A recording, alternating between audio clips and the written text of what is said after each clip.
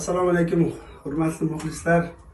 Mana bugun Bahromjon ukamiz Karimov bilan Ulug'bek Baxshi Abrayev ustozimiz bilan bir yangi qo'shiq ishlayapmiz. Xudo xolasa tez kunlarda e'tiborlaringizga havola etamiz. Xudo xolasa mana shu qo'shig'imiz sizlarga manzur bo'ladi degan umiddamiz.